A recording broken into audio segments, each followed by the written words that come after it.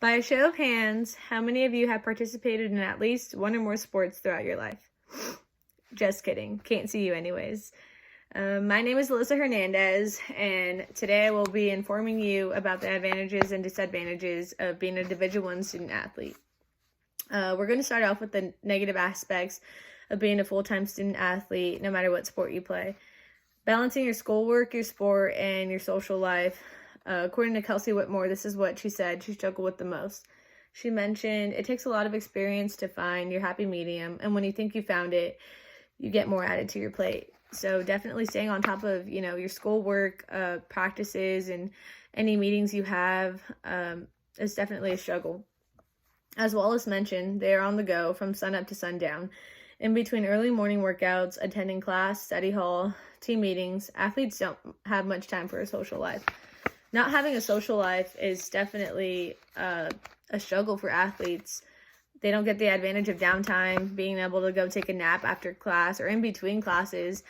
They just don't have that free time or even the availability to go have lunch with friends. Many tend to lose connections with friends that they just don't get to see so often. As far as mental and physical health, that is definitely a disadvantage to athletes. Munoz mentioned to me that we get tired emotionally and physically drained.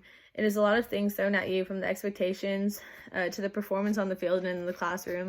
A lot of athletes struggle with their mental health. Many are afraid to even speak up about it because, they just don't get that free time and they don't feel that they have the time to cope with their emotions or feelings. As far as staying on top of your body physically, going in for treatment every day, making sure that, your body is feeling the best that it could be that day, especially after that long day of practice or that weekend full of games, it does get tough at times. Being cautious of what you do in public and what you post on social media was a good point that Whitmore made. Athletes are held to a higher standard, especially, on what they post and what they do out in public. Unfortunately, it can define them and their team. One post can turn everything bad. Athletes are warned at the beginning of the season that what they post does affect them and there are consequences.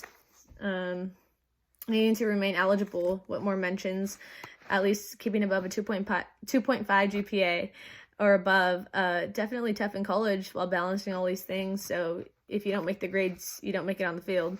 And that's just a really tough aspect for athletes to handle. Munoz also mentions that there are fall sports who do give up their summer in order to come early to school to start practicing and getting prepared for their season in the fall. And that's definitely really tough, but it also takes a lot of dedication.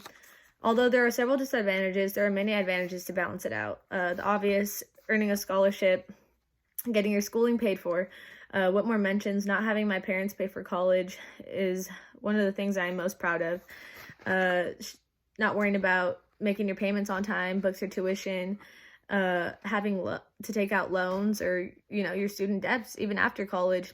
And yeah, it does vary from athlete to athlete depending on what kind of scholarship you have, but it is an advantage, having at least some or all of schooling paid for. Getting your free gear, clothing, and meals. I mean, who doesn't love anything that's free? According to a Penn State article, athletes are loaded up with so much gear that they are able to represent their school and sport at all times. So that's definitely an advantage. Updated facilities and a locker room of your own. Also, personal areas for athletes to train, such as the weight room, and also being able to go into the training room for treatment is definitely an advantage. They do get treated with a lot of care and they deserve it. So provided with the Penn State article mentions that they are provided with the nicest facilities and always have help readily available to them.